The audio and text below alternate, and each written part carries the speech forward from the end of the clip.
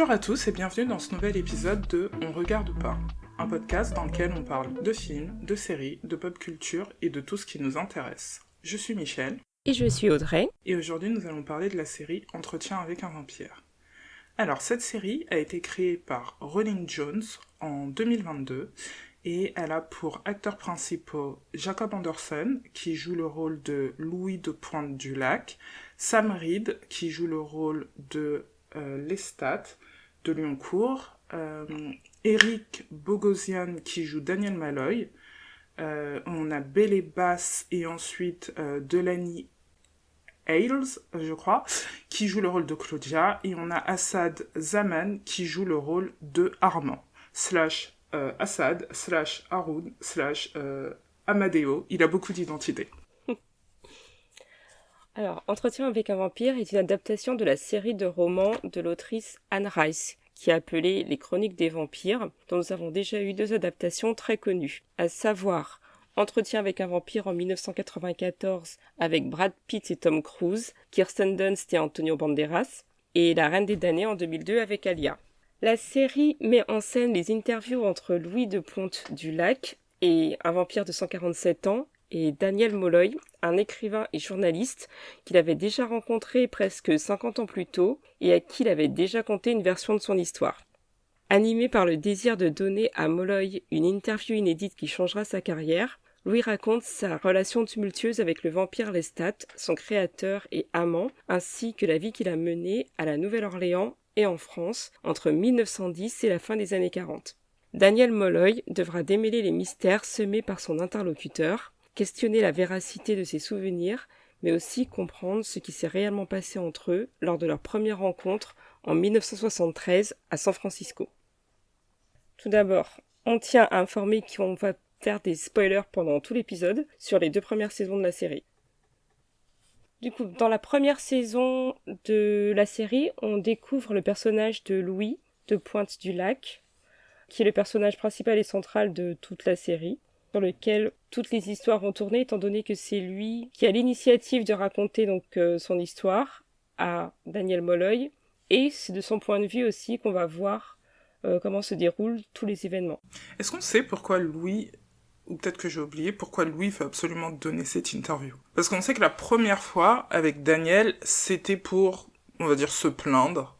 Il était dans un épisode où il était en mode ma vie est nulle, il m'arrivait que des mauvaises choses, et genre, je veux prévenir les gens de ce qui peut arriver quand tu rencontres quelqu'un, blabla. Mais là, l'interview actuelle, c'est juste qu'il se dit qu'il a accompli tout ce qu'il voulait et qu'il a besoin de partager ça avec le monde. J'ai l'impression qu'on n'a pas d'explication de Louis de pourquoi il veut raconter son histoire, mais qu'on a juste la théorie de Armand qui suppose que c'est une façon de communiquer à distance avec Lestat, pour que Lestat sache à quel point il le déteste, quelque part. Ça, je suis d'accord avec toi dans la première version, mais dans la deuxième, dans celle qu'on suit dans le présent, je sais pas. Peut-être aussi qu'il veut se racheter auprès de Daniel, à cause de ce qui s'est passé la première fois, puisqu'il a donné l'interview, mais il n'a pas pu l'utiliser. Peut-être qu'il se dit, 50 ans plus tard, je retente l'expérience avec lui. Tout ça justifie aussi qu'il se sente plus à l'aise, plus puissant, plus rassuré aussi dans sa situation de vampire, et de l'histoire qu'il se raconte à lui-même. Ok. Du coup, la rencontre entre Lestat, du coup, et Louis. Ouais. Donc, Louis est un noir qui vit à la Nouvelle-Orléans. L'esclavage a déjà été aboli, donc il a la possibilité, il est détenteur de plantations de canne à sucre, mais ça rapporte plus d'argent puisque l'esclavage a été aboli.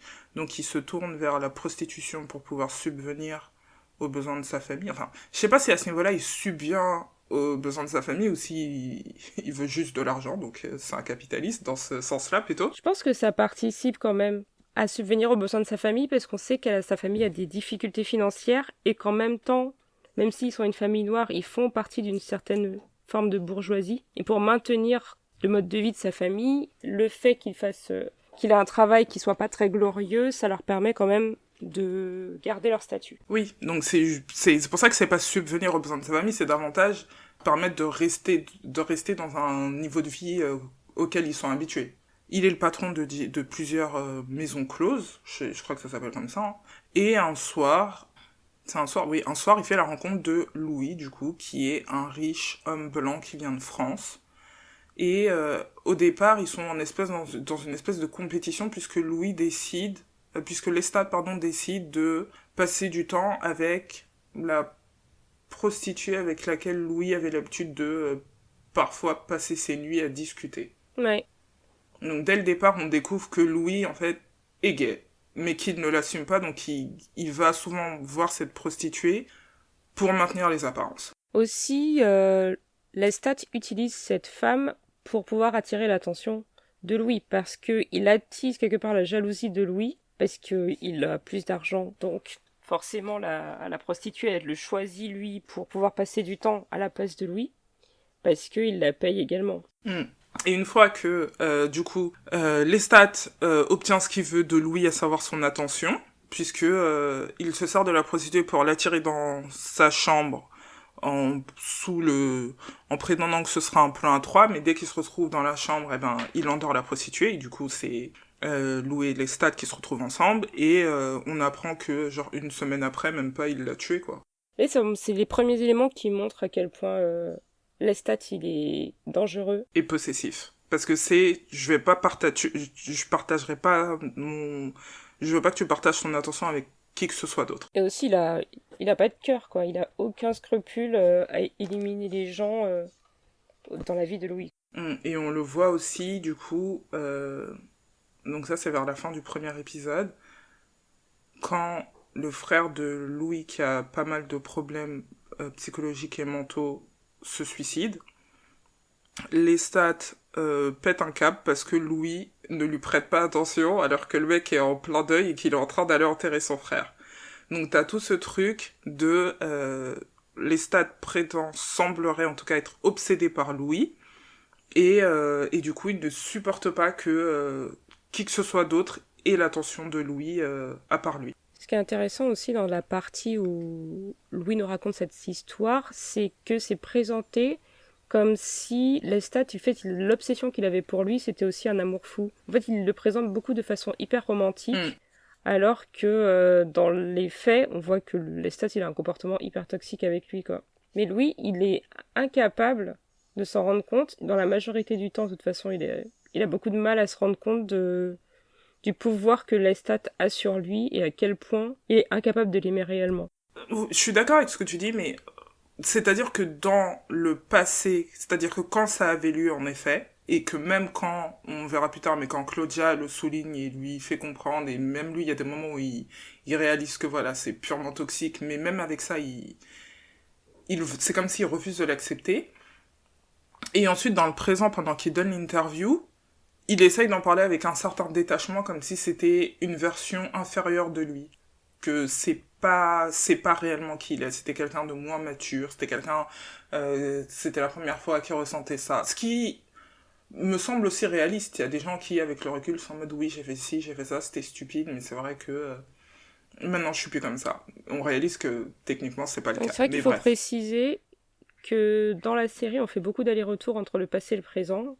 Donc entre les moments où Louis est dans le présent et qui raconte son histoire, et on nous montre aussi les images donc, de ce qui s'est passé au début des années 1910 avec Lestat.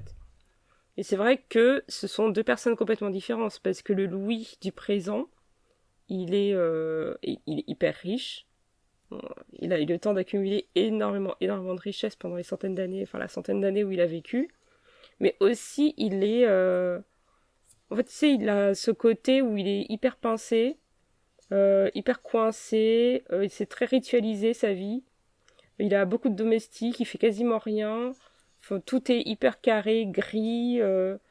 Tu vois, c'est pas du tout le Louis de la Nouvelle-Orléans. Ouais. Mais tu vois, quand tu me dis ça, j'en reviens à ma question de base de pourquoi il donne l'interview.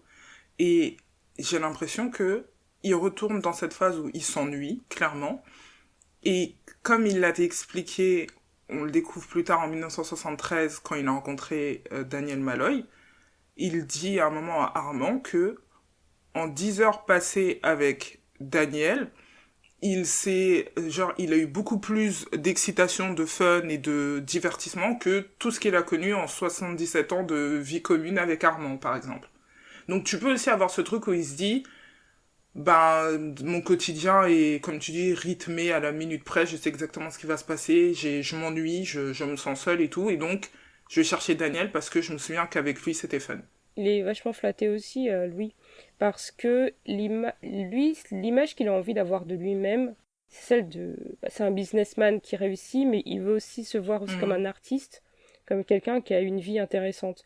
Et peut-être que comme tous les artistes qu'il admire, les photographes, les peintres, les auteurs et tout, il a envie de faire partie de ce milieu-là, de ce monde-là. Et en étant vampire, il est obligé d'être invisible. Et le fait qu'il accepte qu'on écrive un livre sur sa propre histoire, qu'il trouve hyper intéressante et fascinante, tu vois, parce qu'ils sont quand même à la recherche d'être intéressants, le fait de Mhm. faire cette interview, ça a aussi flatté énormément son ego, quoi. Et surtout que là, il a une position où il se présente comme un mec hyper incroyable. Enfin, je veux dire, ses désirs sont... Enfin, quand on voit la scène du dîner qu'il a avec Daniel, où il a des serviteurs qui viennent les uns après les autres avec des repas très spéciaux pour lui, où il a fait des trucs incroyables, des repas incroyables pour Daniel, ça montre vraiment qu'il a arrivé à un niveau de vie du max que personne ne peut atteindre. Et le fait qu'il soit au top du top de l'échelle sociale, en tout cas dans un monde capitaliste, lui, ça lui permet de montrer qu'il a tout, il a réussi, quoi. Quoi qu'il lui soit arrivé par le passé, il est arrivé au top. Donc c'est quand même le meilleur moment pour lui de raconter son histoire. Oui, c'est vrai. Du coup, Louis et Lestat, ils sont heureux pendant à peu près une dizaine d'années. Je sais même pas si ça a duré une dizaine d'années. Bref, ils sont heureux pendant pas mal de temps. Et alors que Louis, du coup, commence à bâtir son empire, c'est-à-dire il se met en couple avec Lestat, il invite Lestat chez sa famille pour un repas, pour le présenter, et il découvre que, du coup, Louis, il découvre au fur et à mesure que Lestat a certaines capacités, donc il peut figer le temps, il peut lire dans les pensées des gens, etc. Donc il invite ce genre de personnes dans un repas avec sa famille. Tu te dis, ok. Donc lors de ce repas avec sa famille, Lestat s'amuse à rentrer dans l'esprit du frère de Louis, Paul. Je suppose que Lestat a découvert que Paul était potentiellement suicidaire, mais il l'a rien dit. Hein, il ne dit rien lui, puisqu'évidemment, Paul, c'est une personne avec qui il devrait partager l'attention de Louis, et ça, il n'y a pas moyen. Donc ensuite, Paul se suicide, Louis est dévasté, la mère de Louis accuse Louis d'être responsable parce qu'ils étaient tous les deux sur le toit.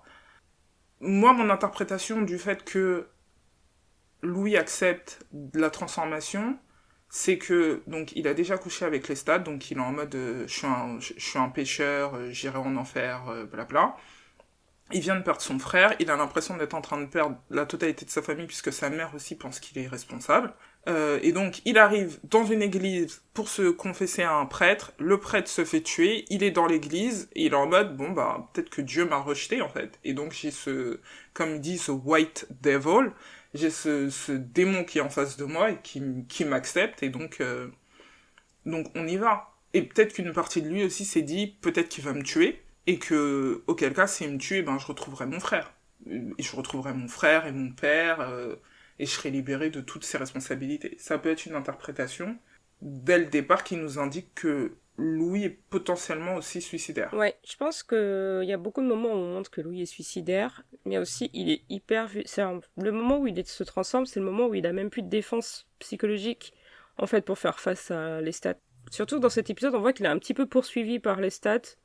Tu sais, vraiment, il le laisse pas tranquille. Enfin, il le poursuit un peu partout. Il tue tous les gens qu'il croise, on dirait. Il tue le curé, il y a un autre qui arrive, il le tue. Enfin, il tue tout le monde. Et puis, il lui fait plein de promesses. Il lui dit, je t'aime, je te quitterai pas, tout ça. Donc, tous ces éléments, je pense, qui ont fait que, lui, il était incapable de pouvoir prendre le temps de réfléchir à ce qu'on lui proposait, de vraiment se demander si c'était vraiment ce qu'il voulait ou pas, parce qu'il en était pas capable. Et certainement, Lestat, il s'en rendait compte aussi, quoi. Que sa petite méthode de harcèlement, ça fonctionnait bien pour avoir ce qu'il voulait. Exactement. Donc, ils sont heureux pendant quelques temps, et ensuite, Louis, un jour, comme il est toléré par les Blancs, mais pas forcément accepté, puisqu'il n'est pas leur égal, puisque du coup l'esclavage a été aboli, mais il y a toujours la ségrégation, etc. Donc à chaque fois qu'il est... parce qu'il il aime désespérément être accepté par les Blancs, il veut être un homme puissant, reconnu. Il veut de la reconnaissance. Et je pense que cette histoire de roman aussi, ça va avec. Il est dans un meeting professionnel avec un mec qui est important pour la ville. Et le mec le prend de haut, le toise, et Louis, comme maintenant c'est un vampire, donc il se dit qu'il a plus besoin de tolérer tout ce genre de trucs, et qu'il est beaucoup plus puissant qu'eux, donc il peut faire ce qu'il veut, et donc il le tue. Et le fait qu'il le tue, du coup, crée un effet boule de neige qui fait qu'au final, le quartier dans lequel il travaille brûle, puisque ça crée une espèce de, on va dire... Parce que c'est aussi un moment où ils font des lois. Il y a des lois pour pouvoir ajouter de la ségrégation aussi qui n'y avait pas forcément dans leur business. Ils avaient le droit d'avoir des clients blancs, des clients noirs, ça n'avait pas d'importance. Et on est arrivé à un moment où son argent et son business, il était directement touché par les lois et il n'avait plus le pouvoir, même avec l'aide de Lestat, de développer son business. Donc c'est pour ça aussi qu'il est rentré en conflit avec toutes ces personnes, parce que ça avantageait tous les blancs qui jusque-là profitait de ses capacités en fait en matière de marketing et compagnie. Enfin, parce que pas Lestat, Louis, c'est aussi quelque chose qu'on voit beaucoup dans la série, c'est qu'il est très doué en affaires. Il est doué en affaires, il est doué pour gagner de l'argent et faire fructifier une entreprise. Puisque s'il est devenu aussi riche dans le présent, c'est parce que il a été capable de très bien comprendre comment gagner de l'argent avec l'art, tu vois, il achète et revend des œuvres d'art. Il savait reconnaître des œuvres qui ont du talent. On voit qu'à un moment, il parle de crypto-monnaie. Donc, on sent que ça n'a pas trop de secret pour lui. Et puis, c'est un vampire, donc il a beaucoup d'expérience avec le temps. Donc, forcément, il est assez doué pour ça. Et à la Nouvelle-Orléans, il était hyper doué pour pouvoir développer, en tout cas dans le monde de la prostitution. Et je crois aussi qui faisait aussi du marketing, il faisait de l'import-export, un truc comme ça aussi. Enfin, il avait plusieurs business. En tout cas, il voulait développer une super maison close de ouf, oui, et on lui a volé son idée. Donc il y a ça aussi qui joue avec le fait qu'il n'avait pas de reconnaissance, mais parce que c'était impossible à cause de la ségrégation raciale et du racisme. Donc c'est ça qui l'énerve, et qui fait à cause de lui, tout flambe. Ouais, et donc tout flambe, et en même temps, sa relation avec Lestat commence aussi à partir en vrille. Ce qu'il faut ajouter à sa frustration, ils ont tendance à... Ils passent plus de temps à s'embrouiller qu'à être un couple heureux, on va dire. Pendant que tout flambe, il sauve une petite fille, Claudia, qui a donc, elle a quoi, 12-13 ans? Ouais, 14 ans. 14 ans. 14 ans, du coup, et il la sauve, donc elle est totalement brûlée, etc. Et il supplie Lestat de la transformer en vampire, pour qu'elle devienne, du coup, leur fille.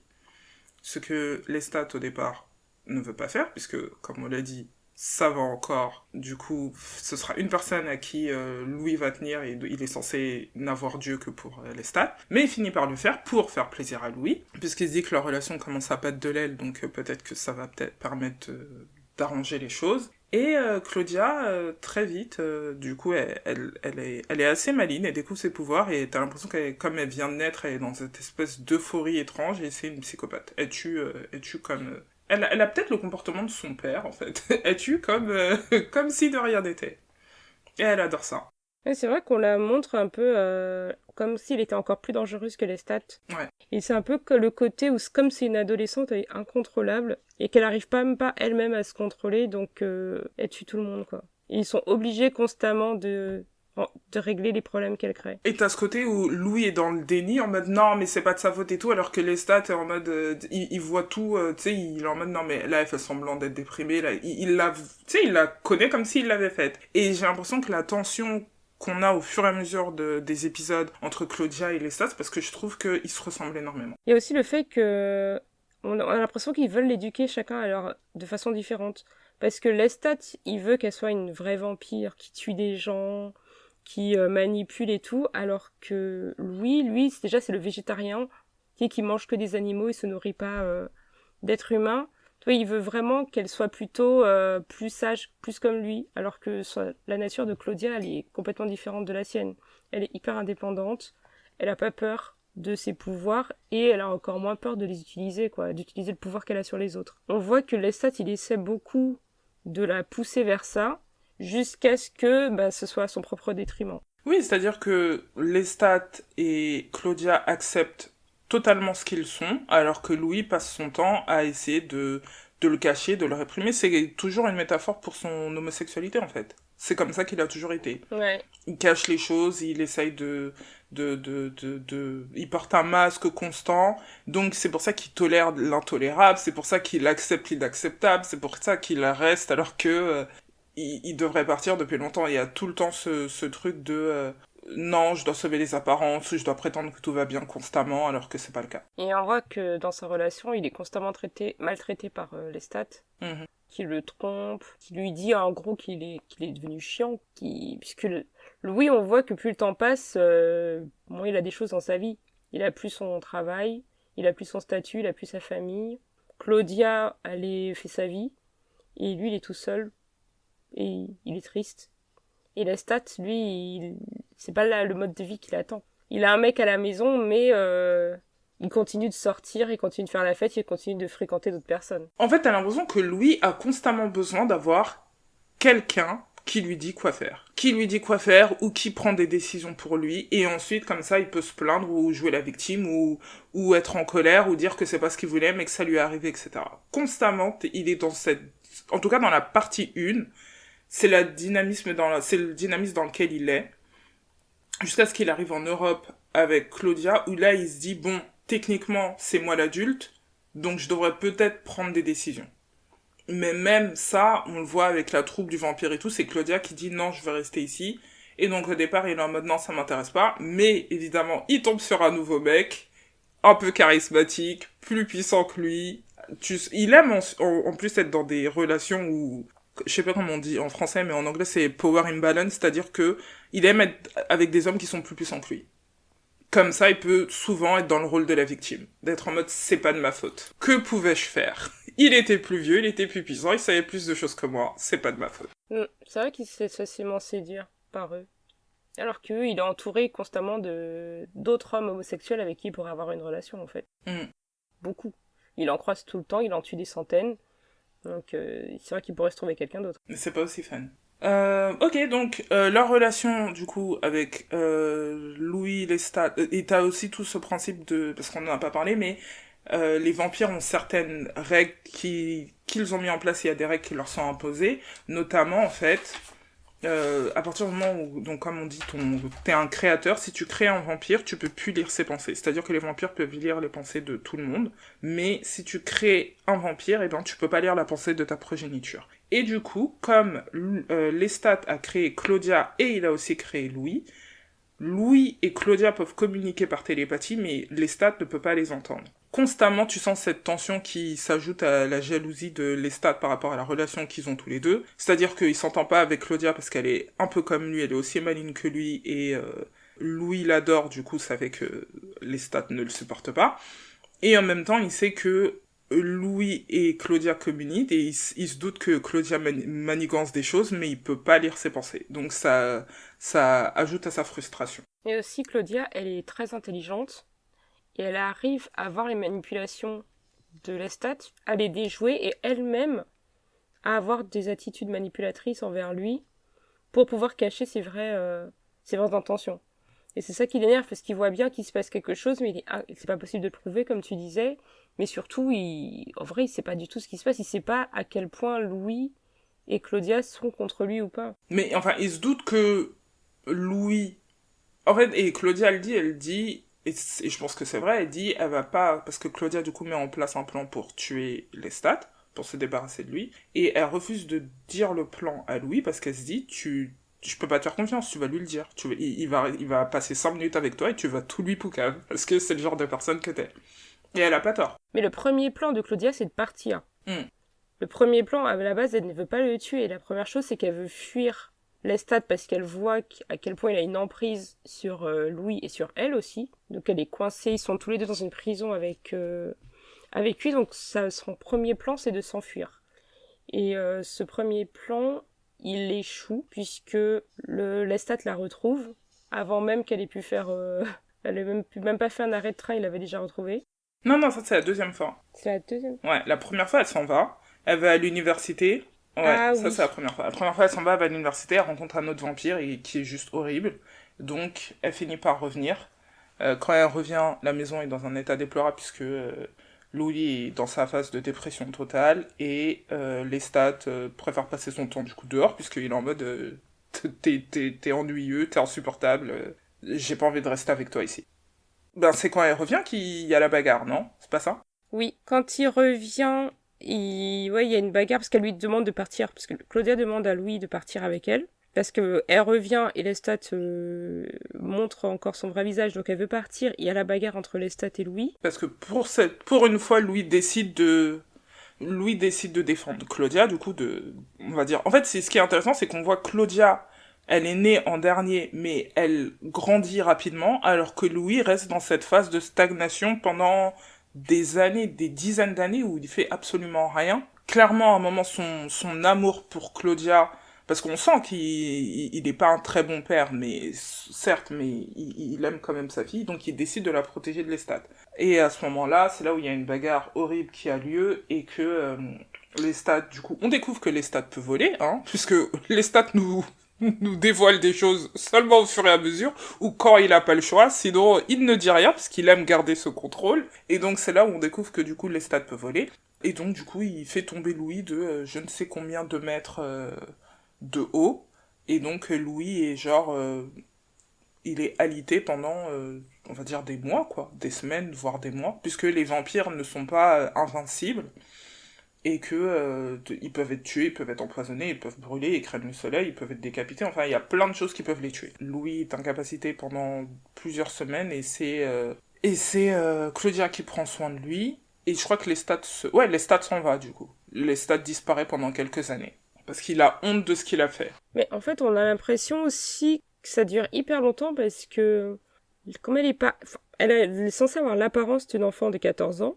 Puisqu'elle a été transformée, Claudia, à ce moment-là, mais son esprit continue de grandir, donc elle doit avoir une vingtaine d'années à cette période-là, puisqu'elle était à l'université et tout. Donc mentalement, elle a une vingtaine d'années, c'est vraiment une adulte, mais et du coup, elle reprend le rôle de la maman, en fait. C'est elle qui devient l'infirmière, la mère, la maîtresse de maison de Louis, qui est au lit, et il n'y a plus de Lestat, il n'y a plus leur maître. Donc Ouais. ils sont un petit peu libres pendant cette période. Oui, un petit peu libre. Mais Lestat revient, lentement mais sûrement, avec ses petits cadeaux, avec ses trucs, et évidemment Louis craque. Et c'est là où Claudia se dit, Avec bon une bah... chanson. Oui, tu sais, il vient avec une voiture, il vient avec différents trucs d'abord, et ensuite à la fin, ouais, il fait la chanson.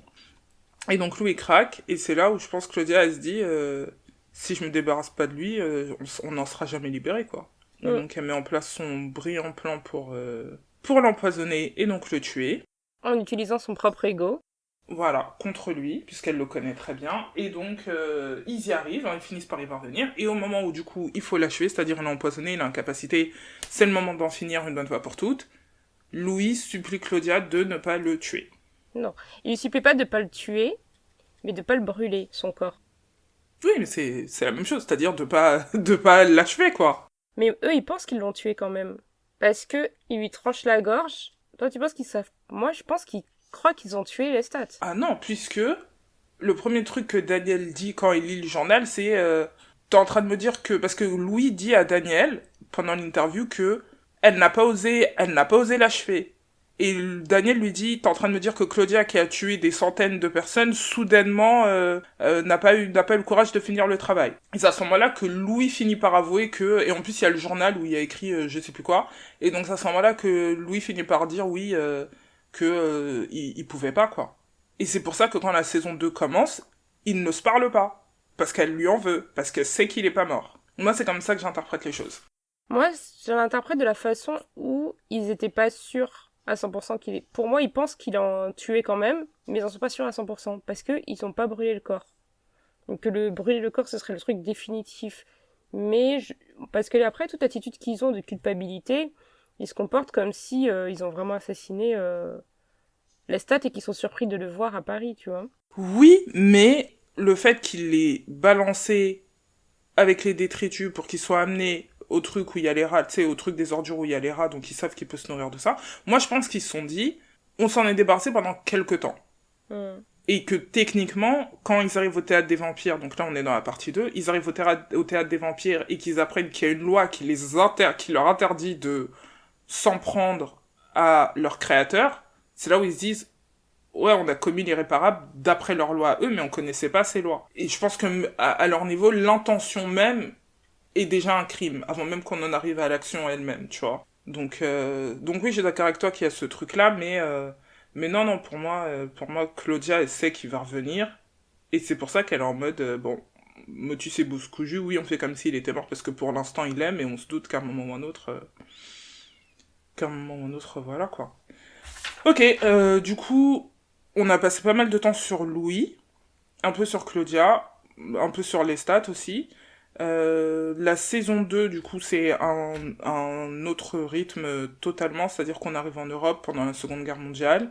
Au début, enfin, oui, au départ pendant la Seconde Guerre mondiale, et ensuite ils y restent pas mal de temps, et Claudia trouve... C'est la fin de la Seconde Guerre mondiale, Ouais, hein, c'est ça. quand ils arrivent en Europe. C'est la fin de la Seconde Guerre. Donc, en termes de temporalité, la série commence en 1910, si je dis pas de bêtises. Louis a 33 ans, il est transformé en vampire. Donc si c'est vers la fin de la Seconde Guerre mondiale, on est genre 1944-1945 quand ils arrivent à Paris.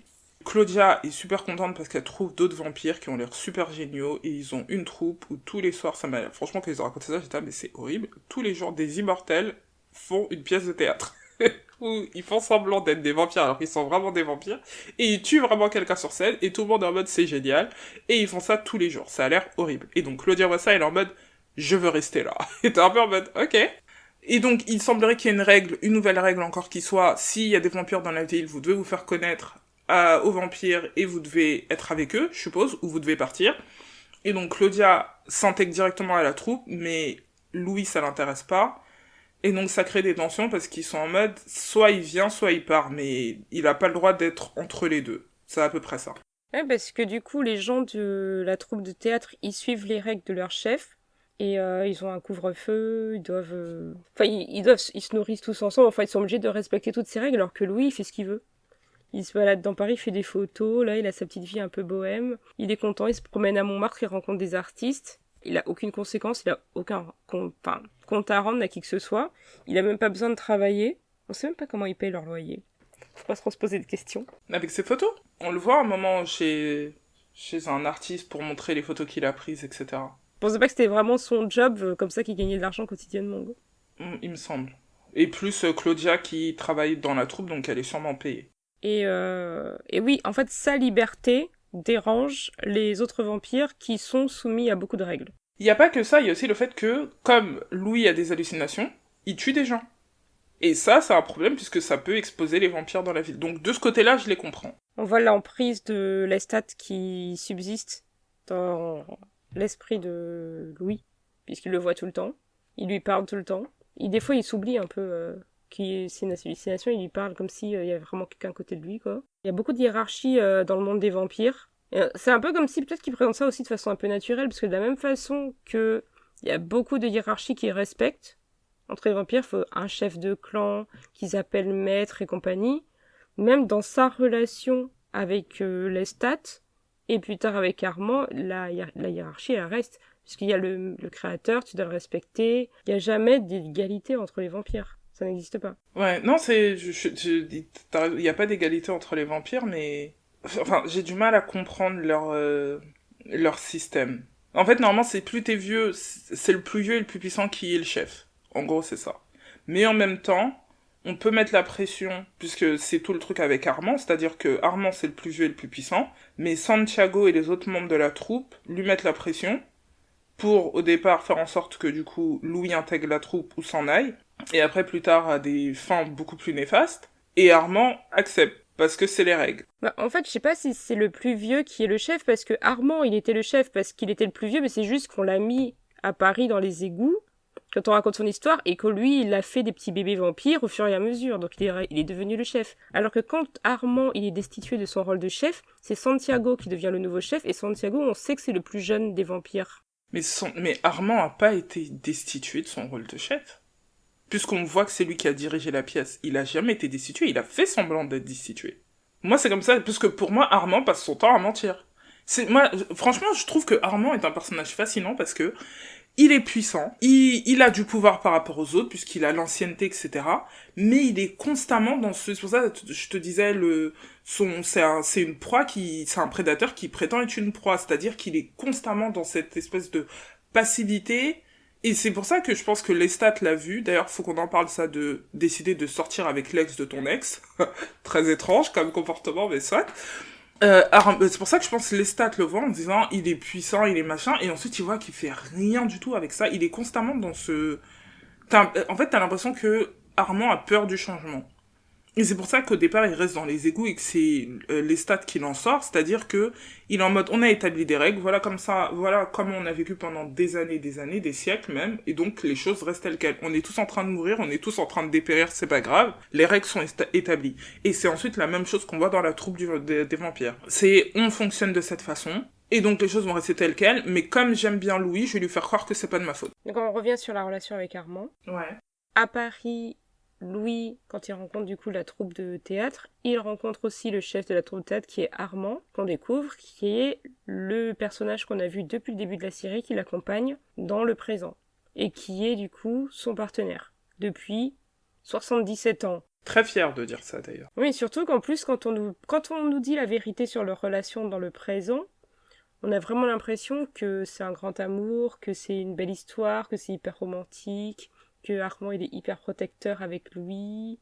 Et voilà, ils ont l'air d'avoir une relation hyper peace. On s'imagine pas qu'il s'est passé entre eux tous les trucs qu'on va voir dans la deuxième saison. C'est vrai. Là, on parle du coup d'Armand, mais je pense qu'il faut souligner la perspicacité et le professionnalisme. Enfin, je sais pas si c'est le professionnalisme qu'il faut appeler, mais plutôt l'expérience de Daniel Malloy, parce que lui, dès le départ, il le regarde en mode il y a anguille sous roche. Il sent qu'il y a quelque chose qui va pas.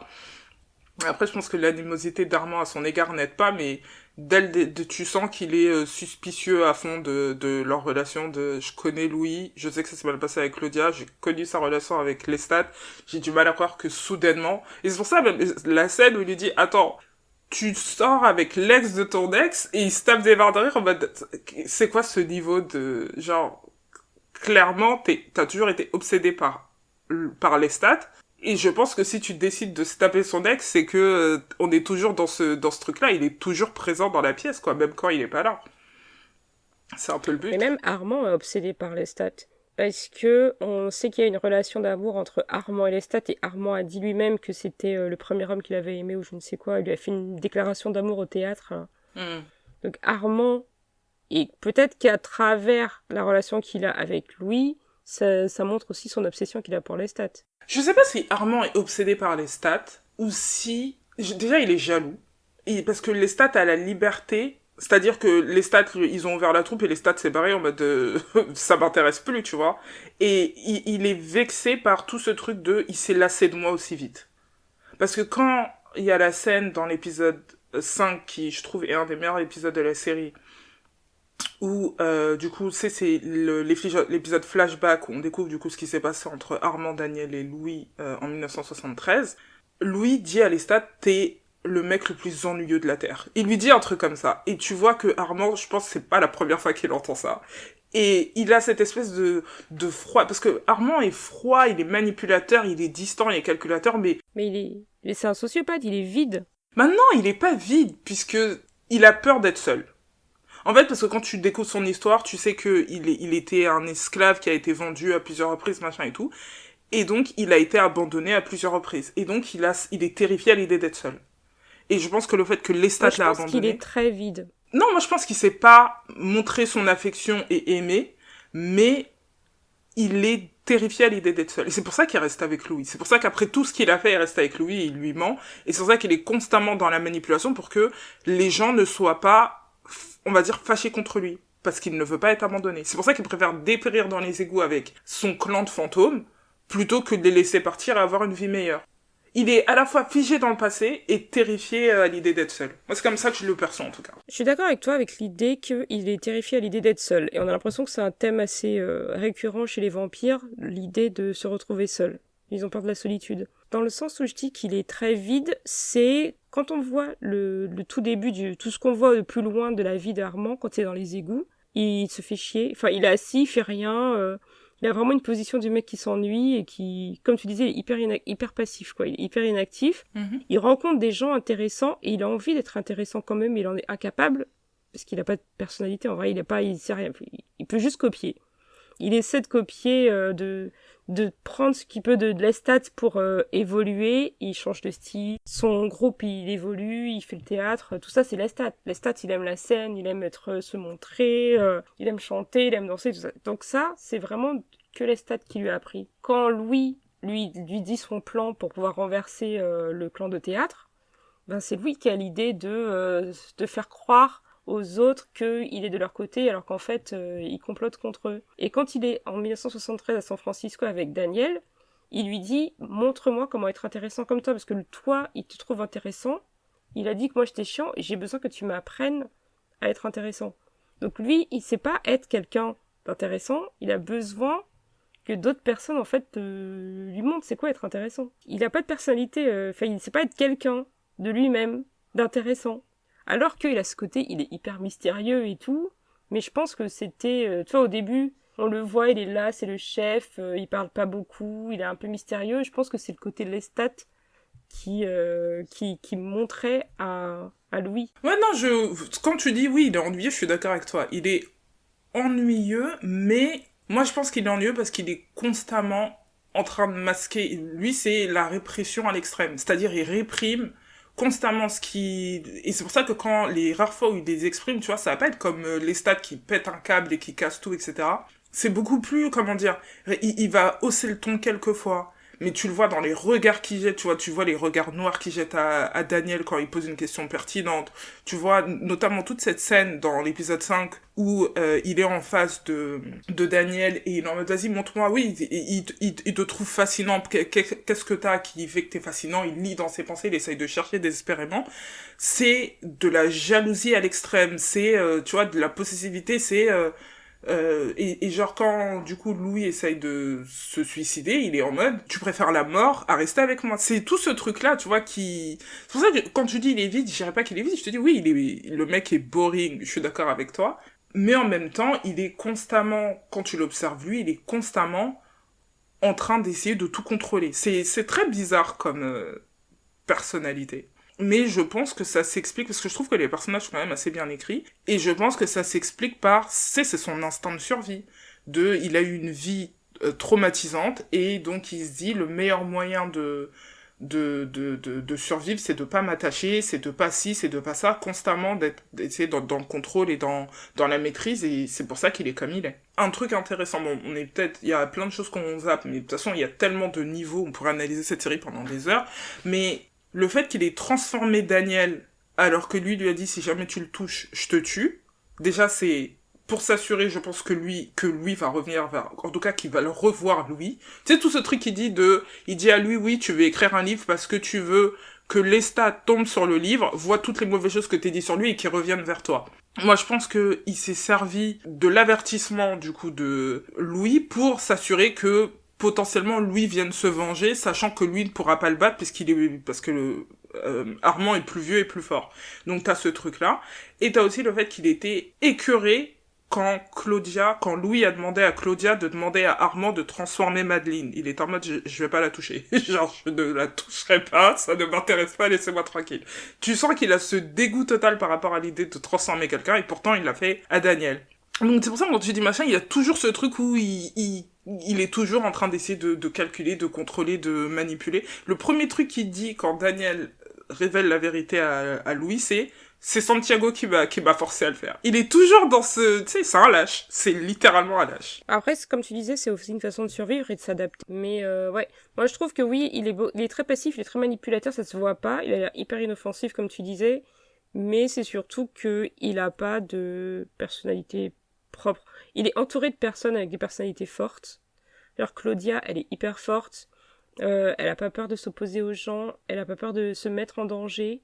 Si elle a une idée en tête, elle va foncer. Elle a pas peur de désobéir. Et c'est quelque chose que Armand il ferait jamais. Lestat, lui, il aime se montrer. Quand il l'a rencontré, il vivait sa best life de vampire, même s'il savait pas tous les pouvoirs qu'il pouvait avoir. Il en profitait énormément, quoi. Et ça, alors qu'Armand, lui, était dans les égouts cachés, et c'est là qu'il s'est rendu compte, tu peux être un vampire et avoir une vie sympa quand même. Parce qu'avant ça, il s'en doutait pas du tout. Et ça se trouve, en plus, le clan d'Armand, c'est le seul clan de vampires qui a une vie sympa à cette époque-là. Et tous les autres, ils sont encore dans les égouts, ça se trouve. Puisque quand on va en Russie, on voit la dame vampire, là, avec tous ces enfants, tous ces enfants vampires chelous, qui vivent dans les bois. On sait pas trop comment ils en sont arrivés là. Si, elle dit que c'est à cause de la guerre. En gros, à cause de la guerre, il y a eu la famine, et donc la qualité du sang a commencé les gens étaient malades, et les gens mouraient, et donc du coup, le sang, parce que ils le disent à plusieurs reprises, que si tu bois le sang d'un malade, tu t'attrapes leur maladie, si tu bois le sang d'un drogué, t'as la drogue, enfin, tu vois, et donc elle dit que le sang, la qualité du sang a commencé à drastiquement chuter, et que c'est pour ça que quand ils transforment des vampires, ils sont bizarres, etc., etc. Que c'est lié à ça, c'était lié à la guerre. Donc tu peux supposer que les pays qui n'ont pas été touchés, les pays ou les continents qui n'ont pas été touchés, j'espère qu'on verra d'autres, je pense que ce sera le cas d'ailleurs, puisque à la fin de la saison 2, t'as Lestat qui mentionne Ashake, je crois. Je crois que c'est comme ça qu'elle s'appelle. Donc qui est du coup, il me semble que c'est une vampire africaine qui est potentiellement une des plus anciennes et une des plus puissantes. Puisque Lestat et Armand viennent pour tuer... non, Louis et Armand viennent pour tuer Lestat, et il leur dit j'ai le sang d'Ashake, donc potentiellement ça marchera pas. C'est la reine des damnés. Oui. C'était Alia qui avait son Ouais, rôle. voilà. Et je suppose qu'il doit y en avoir en Amérique du Sud et en Asie, et tu vois, donc potentiellement, tu vois, ces endroits-là doivent avoir aussi d'autres systèmes. Toujours pour parler de la relation entre Armand et Louis, il y a l'emprise qu'ils ont l'un avec l'autre, là. Il y a un moment hyper bizarre, où Armand, donc c'est le chef de clan, donc c'est lui que tout le monde appelle maître. Et à un moment, il y a un retournement de situation avec Louis, où c'est Armand qui appelle Louis maître. Et de temps en temps, il le fait, et il lui obéit. Et Louis, il a l'impression, du coup, qu'il a du pouvoir. Et au final, on se rend compte que Louis n'a jamais eu de pouvoir dans cette relation, qu'il doit juste laisser croire. Non, on en revient à son instinct de survie, à sa manipulation, à le fait qu'il soit tout le temps... Quand on découvre que Armand a effacé la mémoire de Louis, il a effacé sa tentative de suicide, tu sais qu'on est à un niveau... Et en plus, il lui dit, mais si, c'est toi qui m'as demandé. Tu te souviens pas, mais c'est toi qui m'a demandé de faire ça. Il dit encore, c'est toi, J'ai aussi effacé ça, parce que... Machin, mais c'est de ta faute. C'est tout le temps de la faute de quelqu'un d'autre, de toute façon. C'est jamais de sa faute à lui. Et la première chose que Louis fait quand il apprend toute la vérité, c'est partir dans les bras de Lestat. Comment t'as interprété cette scène ? Franchement, moi j'ai dit, Louis, tu me déçois. Parce que... il fait que ça, de toute façon. C'est pas surprenant. Louis, Lestat... Parce que Lestat, il est quand même responsable de la mort de Claudia et de Madeleine.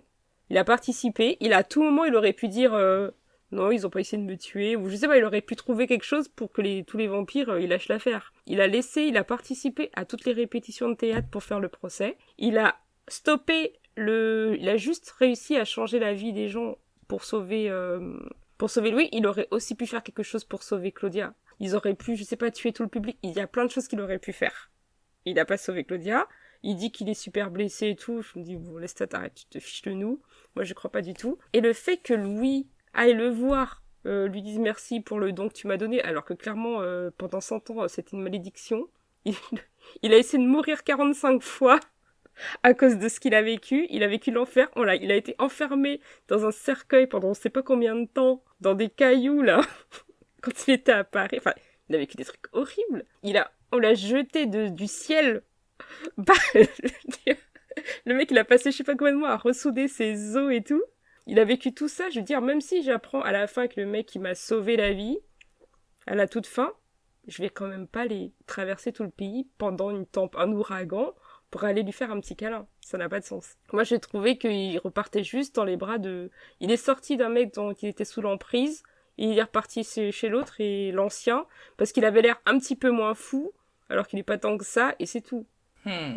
Il s'est juste dit, celui qui m'a vraiment sauvé la vie, finalement, c'est Lestat, c'était pas Armand, alors qu'Armand a été un connard avec lui. Parce que même si il croit que Armand lui a sauvé la vie, il croyait quand même que Armand l'avait trahi. C'est-à-dire ? Ah oui, qu'il a choisi. Il ne savait pas qu'Armand avait participé, oui. Donc malgré ça, il reste avec Armand pendant 70 ans. Oui, mais c'est parce que c'est la façon dont Armand a vendu le truc. Il a dit, j'ai été obligé de participer, on va dire, à la capture de Claudia et Madeleine et au procès, mais j'allais te Mais Armand est sauver plus de toute fort que façon. tout le monde. C'est le plus vieux vampire. Louis aussi, il réfléchit pas énormément. Et en plus, Louis, qui n'est pas un si vieux vampire que ça, il a réussi à éliminer tous les vampires tout seul. Donc, fais un effort, Louis. Je sais pas. Ne retourne pas dans les bras de Lestat. Et toi, tu l'as vu comment? On voit que quand Armand sort, pas Armand, pardon, quand Louis sort du cercueil après ce qui s'est passé et tout, il est fou. Il est fou. Après, je pense qu'on en saura plus dans les prochaines saisons pour ce qui est de la lignée. Parce que quand ils vont retrouver les stats avec Armand pour le tuer, euh, Louis a du feu dans les mains. En fait, au fur et à mesure de la saison 2, on voit les pouvoirs de Louis continuer à évoluer. Je suppose que c'est à cause du sang, parce que Louis dit à Lestat, ton sang c'est mon sang, un truc comme ça.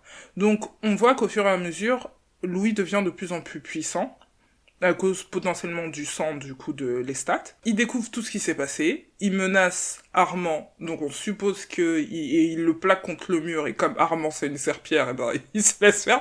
Tu vois, je pense pas que Armand se soit un jour battu contre qui que ce soit, genre Armand il est en mode c'est pas de ma faute, j'ai rien fait, laissez-moi tranquille. Quand il va le voir, on sait pas ce qu'ils se disent, je t'avouerai que j'ai été surprise de qu'il aille voir les stats et qu'ils se prennent dans les bras. En même temps, je trouve que leur relation, on a eu tellement de... On a eu la version de Louis jusqu'à présent, et je sais que la version de Louis, elle est pas fiable. Parce que l'épisode du procès, où du coup, les stats racontent comment ils ont transformé Claudia, c'est pas la même chose que ce que nous on avait vu dans la saison 1. La scène de la bagarre, oui, à la fin, il a quand même balancé du haut de je sais pas combien de mètres, mais Louis était beaucoup plus violent et machin, et on sait que Louis a aussi des fois du mal à contrôler son tempérament, tout comme les stats, en fait. Donc, dire que j'ai pas été surprise parce que c'est Louis, je sais pas si ça veut dire qu'ils vont se remettre ensemble, mais j'ai besoin d'en savoir plus. J'ai besoin d'avoir une autre version, j'ai besoin, tu vois, de connaître un peu plus les choses. Après, je pense que les stats aussi va mentir, parce que c'est les stats, donc est-il fiable, connaîtra-t-on un jour la vraie version des choses, je ne sais pas. Mais en tout cas, j'ai pas été surprise. Qu'il aille le voir, qu'ils soient en mode merci de m'avoir sauvé la vie, ouais. Lestat aussi, pourquoi il est pas fiable, c'est parce qu'il va jamais reconnaître ses torts. Dans les situations, parce qu'il fait style, ouais, je sais que je suis, genre, vous m'aimez pas, je sais que vous êtes contre moi, Claudia et Louis et tout, mais il reconnaît pas, pour autant, les trucs horribles qu'il fait, parce que tous les trucs horribles qu'il fait, il les justifie aussi. Tu vois, toutes les personnes qu'il a tuées, pour pouvoir isoler Louis, il a trouvé une justification. Quand il fréquentait la prostituée qu'il a transformée en vampire, il a laissé Claudia et Louis, enfin, il avait toujours des justifications aussi pour tout ce qu'il fait. Il est une personne horrible, il est hyper manipulateur, il est hyper aussi égocentrique, donc il n'est pas fiable. Et pour moi, c'est pas une bonne personne, et c'est encore moins une bonne personne pour lui. Et je trouve que Louis n'avait aucune raison d'aller le remercier de quoi que ce soit. On a eu le moment où ils avaient l'air d'être heureux, que c'était super sexy, leur histoire et tout, ça ne dure pas très longtemps dans la série. Tout le reste du temps, ils sont malheureux. Louis, il est malheureux, il est emprisonné, il peut rien faire. Lestat, il y a des moments où il aurait pu le défendre, il aurait pu plus se protéger, il le fait pas, parce qu'il s'en fout, ça n'a pas d'incidence sur sa vie. Tous les problèmes qu'il y a eu de racisme et compagnie, Lestat, ça passait complètement à côté de lui, tu vois. C'était en mode, c'est pas mon problème, moi je vais chanter, faire du piano, et puis je vais me plaindre parce que il y a un monsieur, il chante pas exactement la chanson comme je pense qu'il devrait la chanter. C'était ça les problèmes de Lestat, tu vois. Alors que Louis, il vivait des trucs hyper graves quand même. Ouais, mais en même temps, tu vois, quand tu dis ça, tu positionnes Louis comme une victime, et je suis pas d'accord. Je trouve que... Je positionne pas Louis comme une victime, mais je positionne Lestat comme un prédateur. En fait, comme quelqu'un qui était horrible avec lui. Bien sûr. Lui, il a pas fait que des trucs bien. Lui, il a fait des trucs chelous aussi.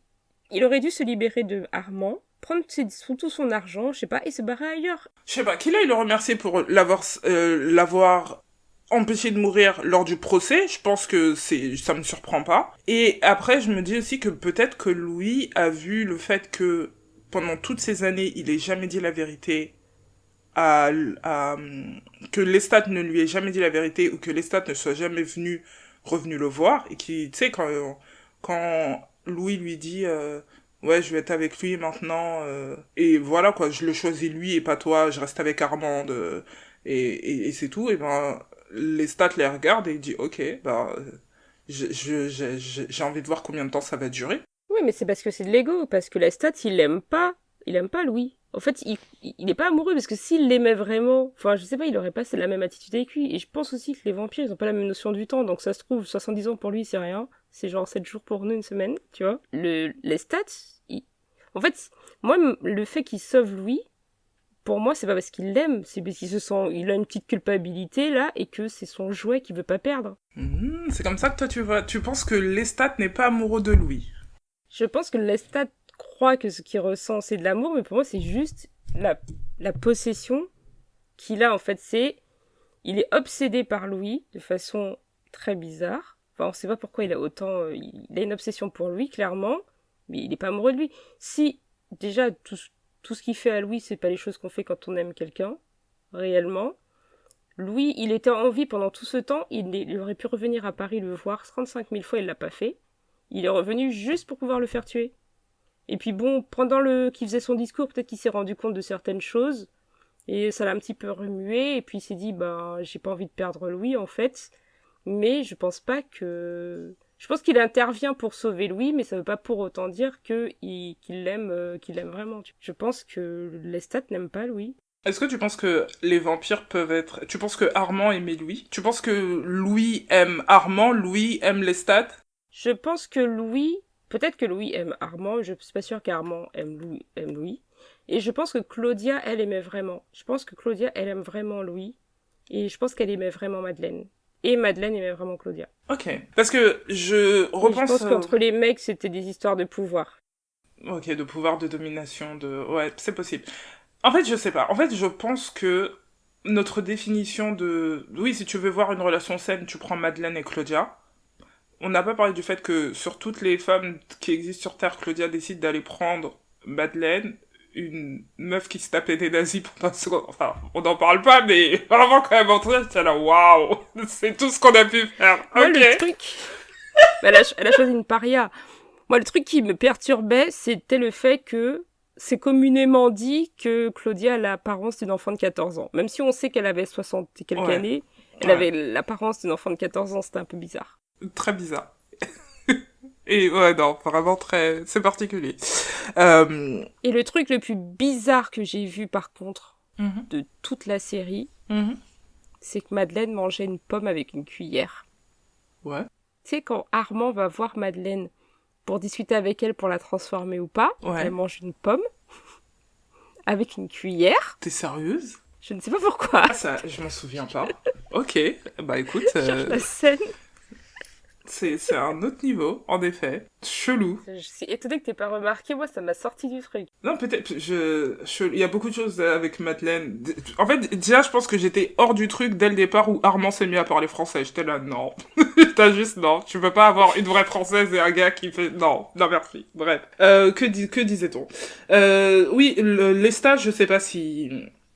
En fait, j'ai l'impression que, c'est comme avec Armand, ils ont vécu probablement des choses tellement horribles parce qu'on sait que Lestat a été capturé par un mec, gardé dans un donjon, machin.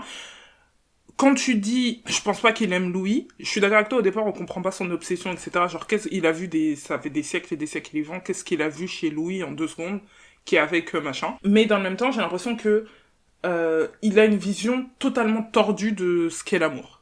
Je pense que c'est ça le problème. Et je pense que c'est la même chose avec Louis, parce que Louis, il a honte de ce qu'il est, il veut réprimer son homosexualité, il veut réprimer plein de choses, donc sa vision, pareil, il est prêt à tolérer des choses qu'il devrait pas tolérer. Dans ma tête, quand Lestat est arrivé en France avec l'idée de faire la pièce de théâtre, il était en mode vengeance. Parce que il a tendance à être, j'ai l'impression, quand il rentre dans son mode... quand il est débordé par ses émotions, il est, tu sais, il voit plus clair, quoi. Il va être obsédé par un truc et ça va être que ce truc-là, il peut pas faire attention au reste, etc. Donc je pense qu'il était en mode vengeance, donc il écrivait la pièce et tout et tout.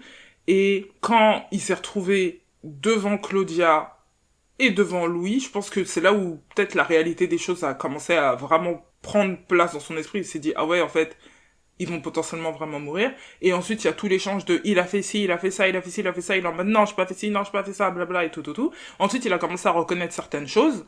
Donc oui, non, oui, c'est vrai que je l'ai balancé, c'est de ma faute, j'aurais pas dû faire ça, blabla, et tout. Je pense qu'il en voulait quand même énormément à Claudia et c'est pour ça qu'il a laissé mourir. et que une partie de lui s'est dit, ce que tu ressens en voyant ta fille, même si je crois qu'au final il l'a pas vu, je pense que Louis ne l'a pas vu mourir, il l'a juste entendu puisqu'il était emmené dans le cercueil. Je pense que c'est comme s'il voulait que Louis ressente ce que lui, Lestat, a ressenti quand Claudia et lui l'ont trahi. Je sais pas si, tu vois. Je pense que c'était encore en mode vengeance. Mais que j'ai l'impression que, à sa manière, et je suis pas en train de dire que c'est un amour sain et que c'est ça qu'est l'amour et blablabla, mais j'ai l'impression qu'à sa manière que Lestat aime Louis. Il y a aussi le fait que Louis, Lestat du moins, on dirait qu'il veut blesser jusqu'à la limite en fait de la mort, Louis, à chaque fois. Peut-être le fait qu'il l'ait jeté de je sais pas où, il savait qu'il allait pas mourir et qu'il allait juste être hyper blessé, tu vois. Et puis le fait de tuer Claudia, ça le blesse jusqu'à la limite de la mort, parce que là, il était prêt à mourir. Lui, il s'est dit, moi, je vais tuer les vampires, je vais mourir en même temps, tu vois. Donc il est toujours... Enfin, il est toujours un peu suicidaire, clairement. Ah bah ils ont tous des problèmes, hein, Louis. clairement. Mais ouais, non, moi je continue à dire que je pense pas qu'il l'aime vraiment, mais juste qu'il y a une forte obsession. Après, peut-être, hein, je pense pas qu'il soit dénué complètement d'émotions, mais c'est juste que comme c'est un vampire aussi, il vit pas les choses de la même façon. Et puis bon, lui il vit aussi d'une autre époque, une époque où il était un homme blanc qui avait tellement de pouvoir et d'argent. Tu veux dire Et en plus, notre il a du époque, pouvoir donc parce qu'il a un vampire. Oh, oui. Aussi. Ensuite, est-ce que Armand aime Louis? Non. Est-ce que Louis aime Armand? Je dirais non aussi. Parce qu'un truc qui m'a marqué, c'est que quand Lestat avait je sais plus comment elle s'appelait, la fille avec laquelle il la trompait, là, la chanteuse, Louis pétait un câble. Ensuite, il a essayé de sortir avec son ex qui était dans l'armée, là, dans les marines ou je sais pas quoi. Et on sait que Lestat était caché dans les bois en train de les observer, comportement totalement normal. Très bizarre, très bizarre. Voilà. Donc c'est pour ça, c'est tous ces trucs de, oui, possessivité, machin et tout, mais je pense que pour Lestat, c'est une forme d'amour et de contrôle. Et ensuite, quand Armand, du coup, fait sa crise devant Daniel dans le flashback, il lui dit que c'est la 128e personne qui ramène dans l'appart. Et donc, je pense pas que si Louis était amoureux d'Armand, il se serait tapé autant d'autres personnes. C'est vraiment en mode, je m'ennuie, mais à un point pas possible. Ouais, je suis d'accord. Mais je pense que Louis, je pense même pas que Louis, je pense que la seule personne qu'il aimait vraiment, c'était Claudia. Et puis, bon, sa famille, forcément. Non mais t'as vu comment il a traité Claudia? Parce que quand on parle de personnes qui, machin, je pense que Louis, certes, il aimait Claudia et il aimait Lestat, mais pareil, il a aucune idée de... Enfin, tu vois, il sait pas la façon dont il traitait. Comme Claudia l'a dit, à chaque fois qu'il y avait un mec, il l'abandonne pour le premier mec qu'il rencontre, quoi. Il voit un mec puissant, ça y est, Claudia, qui est Claudia? C'est vraiment ça, quoi, à chaque fois. Et je pense que Louis, il aime même pas, enfin, il est obsédé, mais il est sous emprise de Lestat, mais que il est pas non plus amoureux, enfin, il s'aime pas, c'est un amour romantique, enfin, pour moi, il s'aime pas vraiment. Je pense qu'il y a une fascination, il y a beaucoup de désir entre eux, il y a quelque chose de trauma qui font qu'ils restent ensemble, enfin, je sais pas, il y a quelque chose, mais c'est plus de l'emprise que de l'amour, parce que il veut le tuer, il dit tout le temps, en plus, qu'il l'aime et qu'il veut le tuer. En fait, il veut Comme ça qu'il l'aime, qu'il veut le disparaisse, tuer. Lestat. Bah, il a essayé de le tuer plusieurs fois. Tu vois, pour pouvoir se libérer de son emprise, Il a essayé l'impression de qu'il le faut tuer tuer que Lestat. 2 fois. Genre, je dis ça comme si c'était normal. Il a essayé de le tuer que 2 fois. Il y a eu la bagarre, il y a eu quand ils l'ont empoisonné. Parce que lors de la bagarre, c'était pas pour Ah le non, tuer. Hein. et à la fin, et la troisième fois, quand il va le voir, il va pour le tuer, puis finalement, il lui dit qu'il est invincible, ça lui suffit. Il lui dit, tu peux pas mourir. Oui. Il dit, Et c'est pour ça, même quand on dit Bon, bah, essayer, tu vois, il est même pas... La bagarre, pour moi, c'était juste parce que, genre, Lestat était super cruel envers Claudia et que Louis était en mode, non, tu vas pas lui faire ça. Pas cette fois, en tout cas, cette fois-ci, je vais réagir. Donc, pour moi, c'était pas une tentative de meurtre.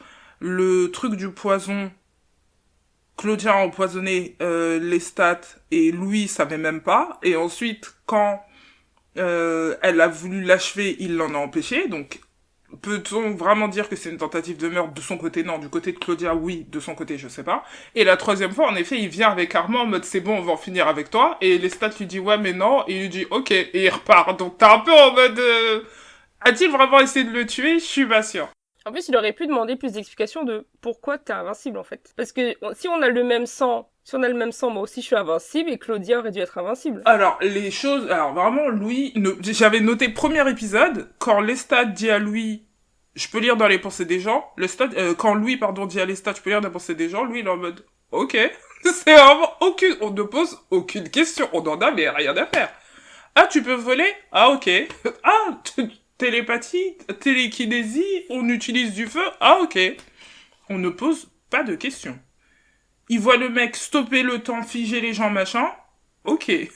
Il lui demande même pas, et moi, comment, genre, il lui demande de lui apprendre la télépathie, une seule fois, et après, on passe totalement à autre chose. C'est clair qu'il aurait pu essayer de tester plein de pouvoirs. Rien du Moi, à tout, sa ça ne place, l'intéresse j'aurais pas. sauté d'un immeuble. Non, non, non. Ça ne l'intéresse pas. C'est pour ça que t'as aussi ce côté de Louis. Louis a... On verra, du coup, dans saison 3, s'il a vraiment évolué ou pas, mais il a beaucoup de problèmes. Pareil avec Armand.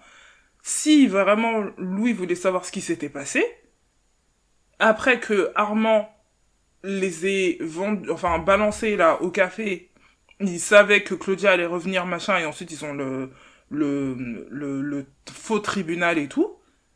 Depuis genre 50 ans, t'es avec le mec, 77 ans, que dis-je? Et tu lui as posé aucune question? Genre, comment ça s'est passé? Comment ça s'est organisé? Depuis combien de temps vous avez manigancé?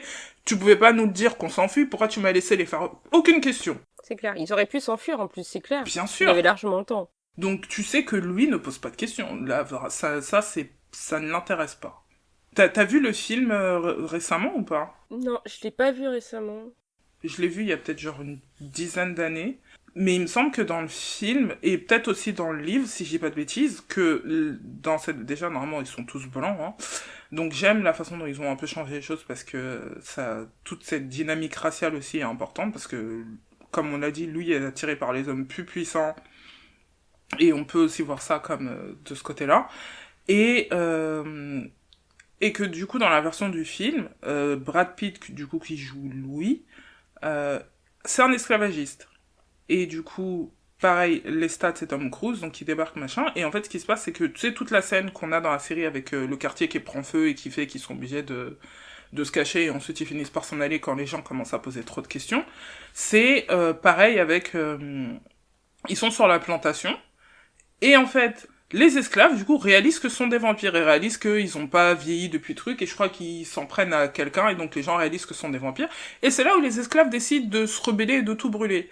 Genre, les esclaves se disent, l'esclavage, on tolère, mais le vampirisme, ça va pas du tout. Non mais vraiment, quoi. C'est ça la série, un peu. Et t'as envie de dire, ok. Ils mettent pas le feu aussi, du coup. Si, ils brûlent la maison. Ils font tout cramer. Ils vont tout cramer. Genre, ils ont pas fait cramer pour l'esclavage, c'est-à-dire quand la dame, elle a eu son bébé, on a pris son enfant, on l'a vendu à quelqu'un d'autre, elle a dit, ok, aucun problème. Mais quand elle a vu les vampires, elle a dit, ah non. Alors ça, non. Non mais vraiment, quoi. Ah, bref. Un autre truc aussi, c'est que je crois que dans le livre, Claudia... Parce que dans le film, je crois qu'elle doit avoir 8 ou 10 ans. Elle a été jouée par Kristen Dunst. Mais dans le livre, elle est encore plus jeune. Je crois qu'elle doit avoir 5 ans, un truc comme ça. Donc, c'est...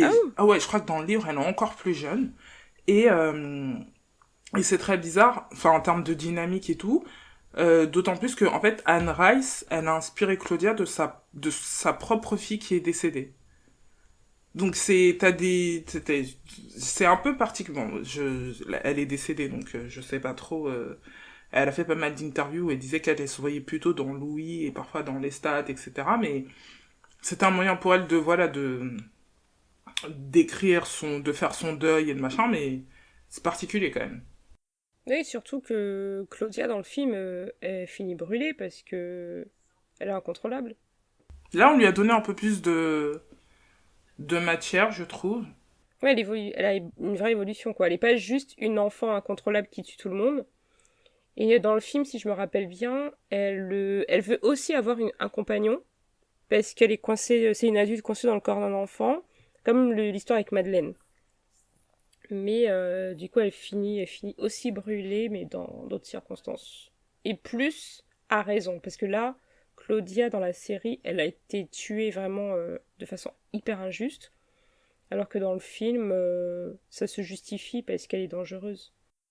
Ouais. Après, Claudia, par exemple, des trucs le fait qu'elle ait choisi de s'installer dans cette troupe avec ces gens-là, de faire la pesade pendant aussi longtemps, tu te dis oui, elle était désespérée à l'idée de rester seule avec Louis et de pas trouver d'autres vampires, machin et tout, mais il y a des moments où quand tu vois les signes, tu sais, pour une meuf aussi intelligente qu'elle, d'autant plus que c'est l'endroit qui a été créé par les stats et que si ils apprennent ce qu'ils ont fait, c'est mort, et on sait que dès le départ, ils savent puisque ils savaient pas masquer leurs pensées. C'est un peu étrange qu'elle se soit autant obstinée à rester dans la troupe et qu'elle ait fait cette pièce de théâtre qui était totalement humiliante et machin et tout et qu'elle décide de rester.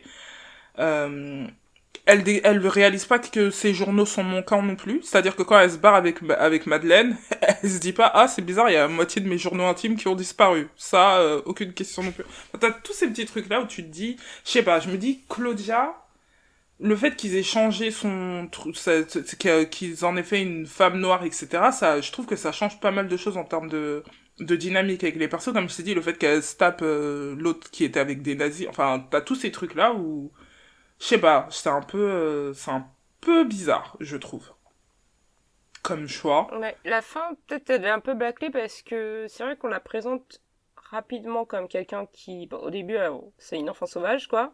Mais après, elle devient hyper intelligente, hyper sage. On a l'impression que c'est limite un génie, quoi. Qu'elle peut faire plein de choses en même temps, qu'elle est plus intelligente que les stats. Elle apprend des langues hyper vite. C'est elle qui trouve les anciens, les vampires et tout, en Ukraine ou je sais plus où. Et après, elle trouve un groupe. Parce qu'ils ont l'air de bien s'amuser au début. Enfin, c'est fun. Elle va tuer des gens en groupe et tout. Elle avait jamais eu ça. Elle avait pas de famille jusque-là. Elle devient un peu une star. Et puis au final, elle se rend compte que c'est de la merde en fait, le truc dans lequel elle est. Et c'est là qu'ils auraient dû la faire partir. C'est là qu'ils auraient dû montrer encore son intelligence. Comment elle aurait pu se sortir de cette situation avec Louis. Comment elle aurait pu voir que Armand, c'était un manipulateur. Parce qu'elle peut lire dans les pensées d'Armand. Elle peut lire dans les pensées de tous les vampires qui sont autour d'elle. Oui, mais c'est là où non, jamais. puisque ils disent, et c'est par rapport, notamment par rapport on le découvre avec l'histoire du meurtre de Lestat, c'est que tu peux aussi apprendre à masquer tes pensées. Et c'est ce que Santiago lui dit quand il lui dit, genre il lui pose une question par rapport à Lestat, parce qu'elle lui donne son journal, machin, et il lui dit, ouais, tu devrais apprendre à Louis à masquer ses pensées. Donc ils ont aussi cette possibilité. Oui, mais elle aurait quand même pu jouer sur les moments où ils baissent leur garde. Bien sûr. Parce qu'ils se font un peu confiance et tout pour avoir des informations. Quoi. Bien sûr. Et elle a l'air hyper naïve par rapport à ça. Oui, c'est vrai que dans la saison 2, elle est un peu moins... Après, tu peux dire que c'est une métaphore pour quand tu deviens amoureux, tu deviens stupide, je sais pas. Tu vois, tu peux aussi dire ça, mais... Je sais pas, c'est particulier comme truc. Et que c'est lié à ça. Après, pour en revenir à Daniel, moi, c'est potentiellement bon, après, en même temps, il était bien mis en avant, mais c'est un de mes persos préférés parce que tu vois, il pose des bonnes questions, c'est grâce à lui qu'on découvre des choses, quoi, puisque lui, il pose pas de questions, les stats, on l'a pas encore interrogé, et Armand est constamment dans le truc, donc c'est le personnage le plus... Il y avait Louis et Santiago. Santiago, il m'a bien fait marrer. Il est pas resté longtemps, mais il était marrant. Donc voilà. Après, le fait qu'il ait écrit le livre et qu'il ait publié, j'ai pas compris. Tu sais, quand il fait son interview et tout, le journaliste, il est en mode, c'est quoi ces conneries? Genre, t'as écrit un livre avec des vampires, dans quel monde tu vis et tout. Étrange, mais bon. Je pense qu'il va quand même gagner de l'argent. Parce qu'il s'en fout, c'est un peu ça, son côté rock'n'roll. En plus, on comprend après qu'il est devenu... Bah déjà, il est hyper riche, donc il s'en fout. Parce qu'on lui... Avant même de publier le livre, il est riche. Pourquoi l'avoir vendu comme étant réel au lieu de le mettre dans le truc fiction, quoi, tu vois? Parce que de toute façon, je pense que ça n'a pas d'importance. Parce que même aujourd'hui, si quelqu'un écrit un livre en disant « J'ai rencontré un loup-garou » ou je sais pas quoi, c'est vrai, c'est vrai, c'est vrai. En vrai, c'est comme les Raéliens qui disent qu'ils communiquent avec des extraterrestres. C'est pas grave, on s'en fout en fait. Ça n'a pas d'importance. Oui, non, bien sûr. Si tu dis que c'est vrai ou pas. Après, j'ai pas compris cette scène où, quand du coup, toute la vérité est découverte et tout, que Louis dit à Armand de pas toucher Daniel, il rentre dans la pièce du bureau et il brûle l'ordinateur. Et donc j'étais là, mais bon, après tu me diras, il y a le cloud et tout ce que tu veux, mais pourquoi en fait? Oui, c'est ce que je me suis dit, il a pas encore compris comment fonctionne Internet. Ouais, soit il a pas compris, soit, tu vois, pourquoi cette scène? J'ai pas compris. Et puis même, il a une mémoire. Oui. Parce que même s'il a pu les interviews, il se rappelle. Ouais, je sais pas, je me suis dit, il fait brûler l'ordinateur, mais on a quand même écrit le livre. C'est bizarre. Je sais pas, peut-être qu'ils voulaient pas qu'il y ait une version audio, j'en sais rien. Chelou, quoi. Donc voilà. Mais ouais, non, je pense que de toute façon, on verra un peu plus Daniel dans la prochaine saison. Donc on a eu un espèce de teaser trailer pour la saison 3. C'est pour ça que je pense que, en tout cas, ce sera sur le livre Lestat le vampire. Et peut-être potentiellement sur une partie de la Reine des Damnés, on sait pas trop. Donc en fait, la scène, je vous invite tous d'ailleurs à la regarder, on sait qu'on est sur un plateau parce que c'est pas comme avec Louis où t'es genre dans son humble demeure, c'est genre, Lestat est une star, donc t'es sur un espèce de plateau, ou en tout cas dans les coulisses de quelque chose, et on sait qu'il y a une caméra. En fait, t'as un mec, un blanc assis sur une chaise, avec des cheveux longs, tu sais pas qui c'est, mais en gros, c'est une doublure pour Lestat. Donc, il est assis sur la chaise, et ensuite, on sait que on les entend dire vous êtes prêts, blabla, on entend le crew derrière, mais on le voit pas. Et ensuite, on entend oh, il est là. On entend le soupir et tout le monde retire sa respiration et tout. Et ensuite, Lestat arrive, et donc le mec sur la chaise déguerpit. Et Lestat s'installe, et il les regarde. Et ensuite, on est en mode on va vous maquiller, on va machin, et il les regarde en mode est-ce que j'ai l'impression que j'ai besoin de maquillage, est-ce que si, est-ce que ça, et tout. Et ensuite, on lui dit, du coup, qui êtes-vous? Et il répond Justin Bieber, parce que c'est Lestat, et il pense qu'il est drôle. Et ensuite, on voit différentes scènes on sait qu'il va piquer des crises, on sait qu'il va rire, on sait qu'il va pleurer, enfin, on sait qu'il va faire toute sa pièce de théâtre et tout, mais il sera assis sur la chaise, et Daniel, potentiellement, est avec un crew en train d'enregistrer l'interview. Et en même temps, c'est une rockstar. Donc, potentiellement en tournée mondiale, ou on ne sait quoi, puisqu'il a toujours été très mélomane. Donc voilà le teaser qu'on a eu pour la prochaine saison. Je sais pas quand est-ce qu'elle sort par contre. Eh bien, je vais aller regarder. Ok. Quelle note tu donnes à la série? Écoute, j'aime bien l'histoire, la façon dont ils ont retravaillé l'histoire pour qu'elle soit un peu plus moderne. J'aime bien les persos, je trouve qu'ils sont bien écrits, ils sont fascinants. Là, on a vu, il y a différents niveaux de lecture pour Louis, Lestat, Armand, un peu Claudia aussi. J'aime bien le fait que ce soit queer, hein, que ça pas des mecs qui soient obsédés par des filles, blabla, truc ridicule qu'on est... Tu te dis, si t'es immortel, c'est étrange que tu sois hétéro jusqu'à la mort, tu vois. Donc, ce genre de choses.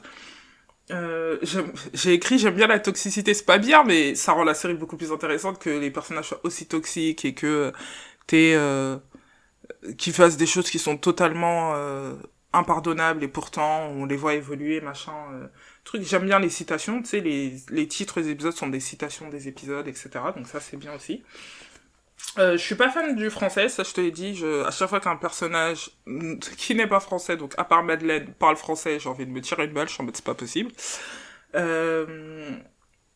J'aime pas non plus la vision qu'ils ont eu un peu, vision un peu romancée, notamment pour deux personnages noirs de l'Europe et de la France, surtout dans les années 30-40. T'as envie de leur dire, on est en 2025, je peux vous assurer que la France et l'Europe, c'est raciste, hein, faut arrêter de se voiler la face. Donc c'est toujours les Américains qui sont en mode, oh, à Paris, on aime les Noirs, etc., etc. Non, en fait, pas vraiment.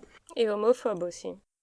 Et homophobe, c'est vrai. Bon, après, en tout cas, au départ, quand Claudia et Louis sont en train de vagabonder dans l'Europe de l'Est, c'est plutôt ouais, très oh vous êtes des noirs, aucun problème. T'es en mode ouais c'est ça ouais.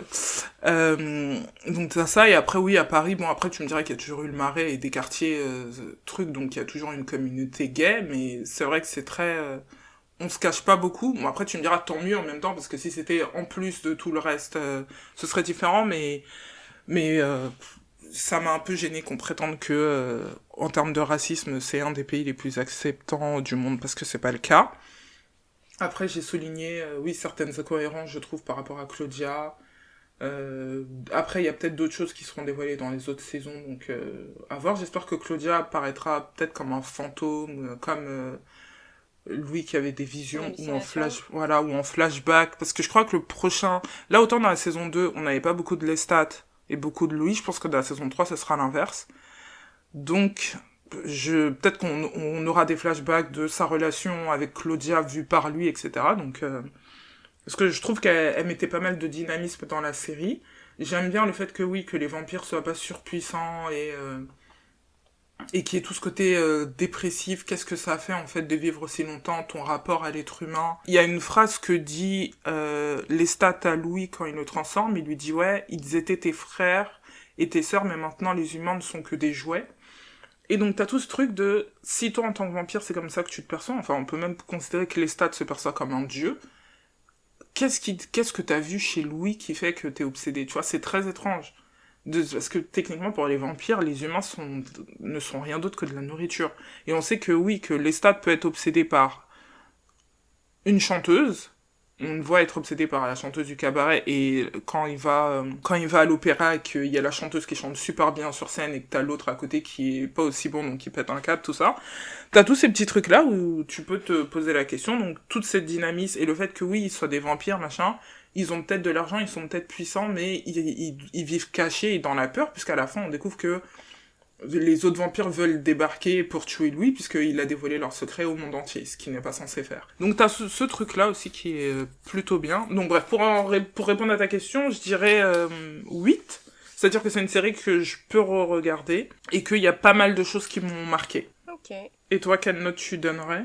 Je donnerais un 8 aussi, parce que je trouvais que c'était une très bonne série, les acteurs ils sont incroyables. Je trouve que l'acteur qui joue Lestat est hyper hypnotisant, il sait vraiment faire ce côté avec son regard de mec, enfin, il joue vraiment la façon dont Louis le voit, tu vois. Il est solaire, il est impressionnant, il est beau, enfin, il le fait très bien, et Louis, enfin l'acteur qui joue Louis, il est toujours un peu dans l'extrême, il le fait pas de façon exagérée, ça fait pas ridicule, ça fait jamais clownesque. J'ai trouvé que les acteurs ils étaient incroyables. C'était hyper changeant comme histoire de vampire. C'était pas autour d'une meuf qui doit choisir entre un loulou et un vampire. Une lycéenne sans personnalité. Ouh, c'est pas des gens, il faut tuer les vampires, ça change quand même. C'était pas des adolescents. Oui, c'est cool aussi de voir un film de vampires avec des adultes. Des vrais adultes, quoi, pas des jeunes adultes, des vrais adultes qui sont la trentaine passée. Ça, c'était cool. Bah, l'histoire a été fascinante, c'était hyper mystérieux. Pendant les 2 saisons, de savoir ce qui s'est passé, comment on est arrivé là, qui sont les gentils, qui sont les méchants. C'est quoi la vérité? Je pense que même fin de saison 2, on sait toujours pas réellement, objectivement, ce qui s'est passé pendant tout ce temps. Donc, ouais, je donne un 8. Ouais, en plus, c'est vrai que techniquement, c'est pas vraiment une série où il y a un méchant, il n'y a pas de vrai méchant, quoi. Il y a plein de gens qui font des choix. Ils s'entretuent, on tue les personnages principaux. Pierre Claudia, ils auraient pu la garder encore une saison, tu vois, ils auraient pu inventer un truc. Et ils ont beaucoup changé son histoire par rapport au film et au livre, ils auraient toujours pu aller plus loin. Ouais, mais c'est étrange parce que tout au long de la saison 1, j'étais, ah bon, du coup, elle meurt quand? C'était le seul truc. Oui. Donc c'est vrai que je pense que s'ils avaient fait traîner ça une autre saison, ça aurait été peut-être frustrant. Après, je m'attendais pas à ce que ça se passe comme ça. Donc c'est pour ça que je suis un peu contente qu'il lui ait donné sa fausse happy ending quelques instants avant de revenir et dire en fait non. Parce que tu le sais. En plus, j'ai pas été hyper triste de la mort de Claudia au final. On nous a pas assez apprécié Madeleine et Claudia ensemble. Je trouve qu'ils ont pas réussi vraiment à nous donner un attachement à leur couple pour qu'on soit au plus dévasté par leur disparition. Je pense que ça aurait dû être émotionnellement, ça aurait dû plus me dévaster que ça l'a fait, quoi. Ça m'a saoulé que Claudia meure et que Madeleine, j'ai dit la pauvre, la meuf, elle vient de débarquer, ça fait 3 jours, elle est vampire, elle a même rien à voir avec l'histoire, elle meurt. Ouais. Pour une meuf qu'elle connaît depuis 3 jours. Mais j'ai pas été dévastée par sa mort, tu vois. Pourtant, j'aimais bien le personnage de Claudia. Oui, en fait, je pense que malheureusement, le fait qu'il y ait eu ils aient dû recaster puisque l'actrice de la saison 1 est dans Avatar, en fait, donc elle a signé pour je sais pas combien de films, et donc elle a dû partir. Et je pense que ça a malheureusement joué en la défaveur de la série, c'est-à-dire que la nouvelle actrice est bien, mais c'est pas pareil, c'est pas la Claudia psychopathe qu'on a connue à laquelle on s'est attaché. Elles interprètent le personnage de 2 façons différentes. Elle interprète pas l'enfant impulsif et manipulateur et calculateur, mais elle interprète plutôt l'adulte blasé, fatigué, qui en a marre et qui veut une vie meilleure, ce qui est normal mais moins intéressant. Et donc du coup, quand elle meurt, moi, en toute honnêteté, je regarde pas vraiment la série pour les couples, parce que je m'en fous un peu. C'est plutôt comment les personnages interagissent les uns avec les autres. Et je pensais que pendant qu'on serait focalisé sur tout ce truc entre Armand et Louis, qu'on aurait aussi cette dynamique entre Santiago et Claudia. Je pensais que c'est ce sur quoi on allait... Et au final, c'est pas vraiment le cas. Donc, c'est vrai que Madeleine semblait davantage servir à... voilà la compagne de Claudia. Claudia a trouvé son happy ending. C'est tout pour cet épisode de On regarde ou pas. Merci de nous avoir écoutés. On espère que l'épisode vous a plu. On se retrouve très bientôt pour d'autres débats animés. N'hésitez pas à nous faire savoir ce que vous en avez pensé. Et si vous avez aimé le podcast, laissez-nous un commentaire. Et n'oubliez pas de nous dire ce qu'on regarde ou pas.